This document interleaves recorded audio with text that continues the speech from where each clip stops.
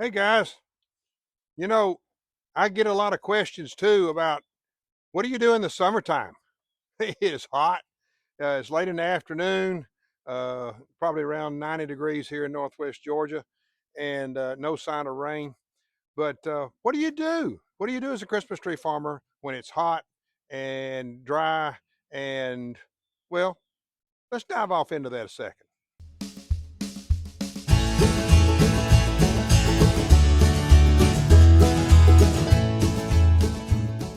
One of the things that we have to do during the spring and summer and fall and up till about maybe the latter part of October around here is to keep the fields mowed. Now, I've said this in another video. There's a couple of different philosophies about mowing. Some people don't mow between the rows; they just try to keep the grass out from under the trees. Some people mow the middles and let the grass grow between the trees. uh, there is just a number of things that different farmers will try to do. Uh, the way that I do, this farmer does, is I'm either mow or spray between my trees. I try to keep the grass down. I still think that it keeps down insects, it keeps down some disease.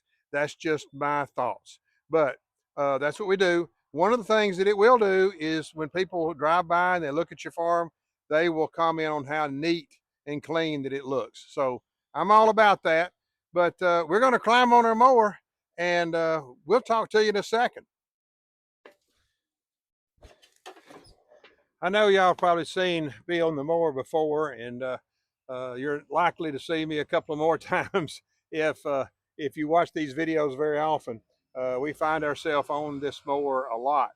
Um, but we feel like we've got about roughly 16 acres to mow, so you just can't do that overnight.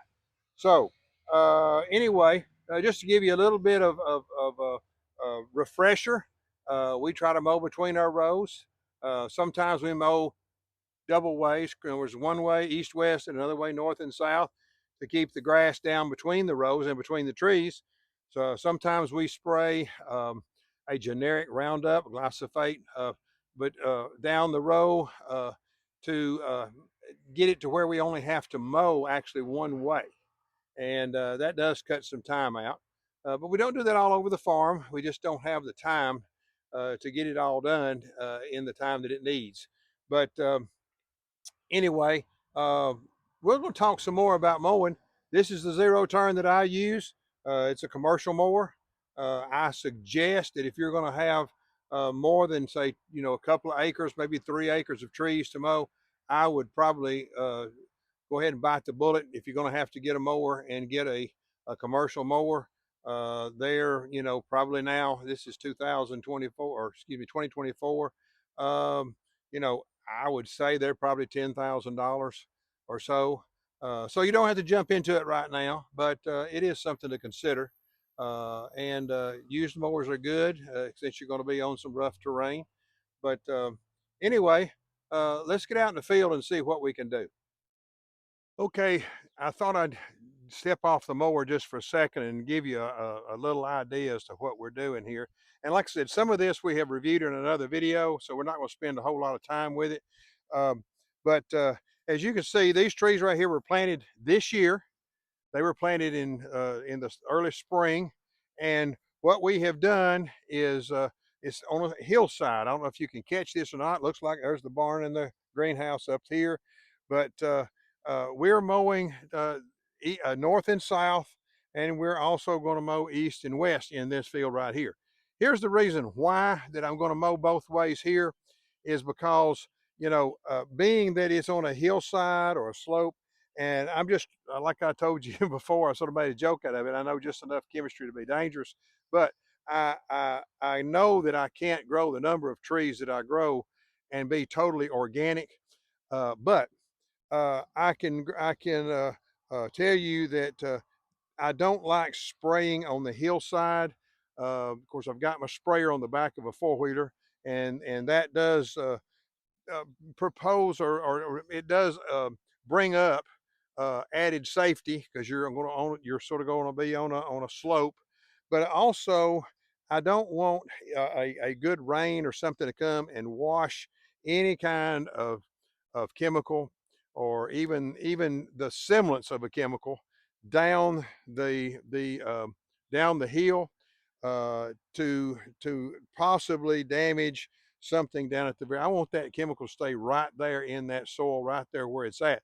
And most of the time it does. If you spray around them and you're going to give it another 2 or 3 days, you know, that the weed or the grass will absorb that chemical, and it will basically choke that weed off. But you know, it's just me. I just don't want anything floating downhill. That's just me. I don't know. Maybe I'm wrong. Laugh at it, but it doesn't matter. It's not going to change anything. But I do mow north and south on this one, and I will mow east and west. Now that does present another problem. Well, a safety problem. And not really a problem if you know about it and you try to be safe with it. Is when you're mowing uphill, uh, especially with a zero turn, be very vigilant as to the attitude of your mower. You know, how is it performing? Are the wheels on the front uh, giving you the traction that you want? If not, then change the way that you're mowing. You want to be safe. That is, I mean, whether you let the grass grow head high, you still want to be safe. And but with this hill here, we've pretty much, uh, I think, got the idea as to how we're going to mow it. I tell you, one of the things that is a challenge sometimes is when you have sort of a heavy dew on the grass and you're trying to push to get stuff done, and maybe there's a little bit of dew still on it, and you're going downhill, especially with the zero turn. um, Sometimes that mower has a mind of its own, and it will go one way or the other. And there's been times when I'm like, okay, I'm sliding, so I'm just going to sacrifice a tree out for safety purposes. So so you have to be careful with that. And so generally, I try to mow this when the grass and everything is dry. So there's a lot of things to consider when you do that. Uh, let's turn it around. Let's show you one on some more level ground where I have sprayed and what I will mow in between. Okay, I think that we can pick this up right here. Um, this is sort of the I guess the bottom of a hill, hillside being that way where we were shooting a minute ago. Um, if you can look, I think you can see maybe back in here where I have sprayed right up underneath these trees in a line, and uh, that eliminates me from having to mow between the trees this way. I only can need to mow this way, and that cuts my mowing time in half. But this is in an area that the Roundup or glyphosate will stay right where it's supposed to be and do the job in killing the grass underneath. It's not going to last here a long time. I'm going to say maybe 7 weeks at the most. Depends on how dry it is, uh, and what type of grass. If you've got Bermuda grass in between your rows, it's not going to last as long as if you maybe have fescue or clover or something like that. But this is just an idea, and of course, I will make one pass close to the road, and I'll make another close to the row. Excuse me, and then I'll make another pass close to this row. Then I'll go on the other side, I actually go up and down the row twice. And that gives it a real neat appearance. Now, one other thing that I know some of y'all are thinking about, well, you have a side discharge mower that we saw a minute ago. Yes, I do. It's a side discharge. Well, wouldn't it be better if you had a rear discharge? Well, maybe so.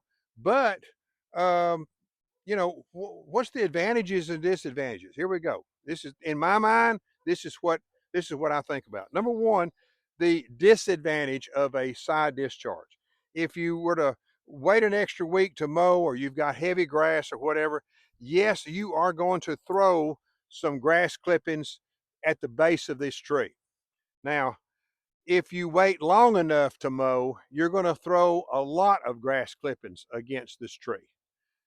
But if you keep your mowing on a system and sort of a calendar where you're mowing every, I know we mow here about every 10 days, um, that can eliminate some of that.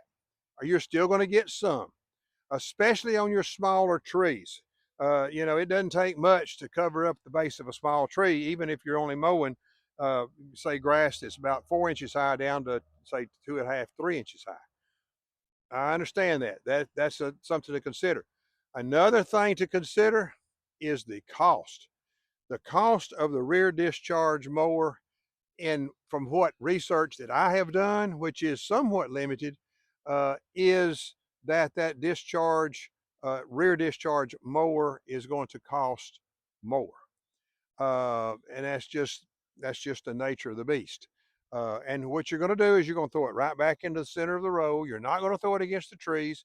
That's a positive thing, but you know the cost standpoint is another. Has it really affected my little trees? Really not much at all. You know, I haven't seen a lot of difference.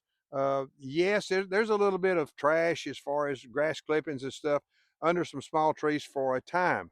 But after a rain or two, those clippings settle down and it really is not bad. Now, I would not want to mow grass deep enough to where it just covered that little tree. No, I wouldn't want to do that. But we've been doing it here this way. And here is another, I guess you call it the advantage, disadvantage, or whatever. Have I seen any difference if I spray glyphosate down the row and then blow clippings in there? I haven't seen that much, to be honest with you. I really haven't seen that. You think, what is it going to blow seeds in there, and are they going to germinate and grow back? Yeah, it's a possibility, but have I really seen that happening a lot? No, I really haven't. But at any rate, I know I spent a lot of time on mowing. That's because I spend a lot of time on a mower. And you know, that's something that you really need to think about when you're operating a Christmas tree farm. You know, is it your time's as valuable as the next guy? And if you're hiring it done, you know that's valuable time and money spent on something that maybe you could be using that money for something else. But it is, uh, I think, one of the more important parts of Christmas tree farming, in that you need to keep a clean field. That's just what I think. But at any rate, that's sort of the idea as to what we're doing. Like I said, I may be able to incorporate some video in there about me and actually where I can see myself mowing. I'll try to do that. But just remember that you can go two ways. You can mow crossways. If you don't have a lot of trees, that's the way I started out. You know, you just mow one way, then the other way. Try to get as close to the tree as you can. And that does bring up something else. You're going to mow with your um, discharge area being to your right most of the time on most mowers. And so you'll want to always hug the tree or hug as close to the tree with your left fender, with your left part of your mowing deck. That will help you out. And that will also, if you've got 7 foot rows like I do, that will probably have your discharge come a little short of your row of trees over here that you're going to come back on, and you'll come back with them and you'll blow that back over here, but it will also fall short of this row. So the width of your rows can make a difference in whether or not you have uh, grass clippings close up under your trees or not. Okay, some of the things that we do as to the sprayer. And there's the sprayer right back there again. I think you can see a good picture. I'll try to sort of stand where you can watch. I wear a respirator when we're doing any kind of spraying. Now, some people will laugh at that. They say, "What do you mean? Do you wear that?" I call it a COVID mask, but you know what I'm talking about. The N95s over your face, or do you tie a bandana over your face, or what do you do? I wear a respirator. Why? It just gives me peace of mind. It gives me peace of mind that if for some reason I turn a certain way and the wind's coming from a certain way, which I try not to spray in any kind of wind, But if it were be a little gust of wind come up and spray that in my direction, I'm protected. I want to make sure I'm protected. Now, the directions on most of these chemicals that we tend to use as Christmas tree farmers, most of them, and do not have to have a license for them or anything like that. But the ones I use, I know I don't have to have a license for, and they are really not toxic unless you were to try to drink the stuff. I mean, I'm sure it would make you sick if you tried to take in a whole lot of it. But you know, I'm always seeing these things about Roundup and all that, and you can believe that or not, but there's some proof out there that it's not the best for you, as far as being able to take it in your lungs or this kind of thing. You don't want that. Again, that's why I wear the respirator. The directions say to wear long sleeves, wear long pants, socks, shoes, boots, whatever, uh, and eye protection, which I wear my safety glasses. Go a little step further, and I wear this what I call a hazmat suit. It's just you can get them. DuPont makes them, or this place here, Clean Guard makes them. But basically, it's a white, sort of a papery plastic suit, and it repels water. It will keep it off of you, and it's got booties. It's got the hoodie. You look like something from outer space when you're wearing this with a respirator for sure. But I use this simply for protection. Again, I don't have a degree in chemistry. I don't have to have a license for these chemicals, and nor do these chemicals require one. So am I going a little bit above and beyond for doing this right here? Yep, I am. I am. A lot of farmers get by with just wearing long sleeves. I got one guy that sprays and he'll just wear long sleeves and put a bandana around his head and he goes. That's up to him. That's his prerogative. But I'm going to do a little bit above and beyond. An ounce of prevention is a pound of cure, they used to say. Well, I'm going with the ounce of prevention for sure. But I don't want to scare anybody. I don't. I really don't want to scare anybody because they can sell Roundup in hardware stores and people spray them. And I really truly believe that if you take care of of yourself and follow the directions and don't do things that you think would get that stuff on you, then I think you're gonna be, for the most part, I think you're gonna be safe. But I'm not an expert. I can't guarantee that. I just know what I do. So I just wanted to show you that. I do wear these. These are about, I think you can get them on Amazon. They're about $5 or $6 a piece if you catch them, where you buying a 4 or 5 at a time. Um, I think these right here I got from a local industrial supplier. Um, and I think they run somewhere pretty close to 5. The price was a little higher during COVID, but it's down now, back to where it was. So I just thought I'd bring that up. Uh, don't let me scare you, okay? Please don't, because it's not scary, but I do emphasize safety. I want to emphasize safety. So with that in mind, that's really what we do in the summertime. Now I'll show you videos later on, probably about the middle of July, that we get another shipment of liners from young plants in, and we'll pot them up and put them in our nursery over here, and I'll show you how that's done. But the mainstay of summertime is keeping your fields as clean as you can, and um, trying to stay hydrated while you're doing it. So, and then the fall brings us some other different things, and then the winter, of course, brings the sales season. But that's really what I think that we need to talk about right now. We'll have some more videos here in about a week or 10 days. But until such time, I appreciate you coming to us and seeing this video. Please click on the subscribe button if you haven't already subscribed. And if you have, thank you very much. We appreciate it. It costs you absolutely nothing. It can only help us. Also, if you want to leave a comment or two about maybe what you'd like to see in an upcoming video, we'll be happy to entertain that and try to get those in the videos for you. And oh, there is one other thing too that I will mention to you about the safety. wear sunscreen. Sunscreen is important too. We're out here in the open sunshine, easy for me to say, in the open sunshine, and wear the sunscreen. That's just a prevention from any kind of skin cancers. That helps, and of course we certainly want to do that. But comments, yes. Subscribe, yes, and we'll see you next time on Farming Around the Christmas Tree.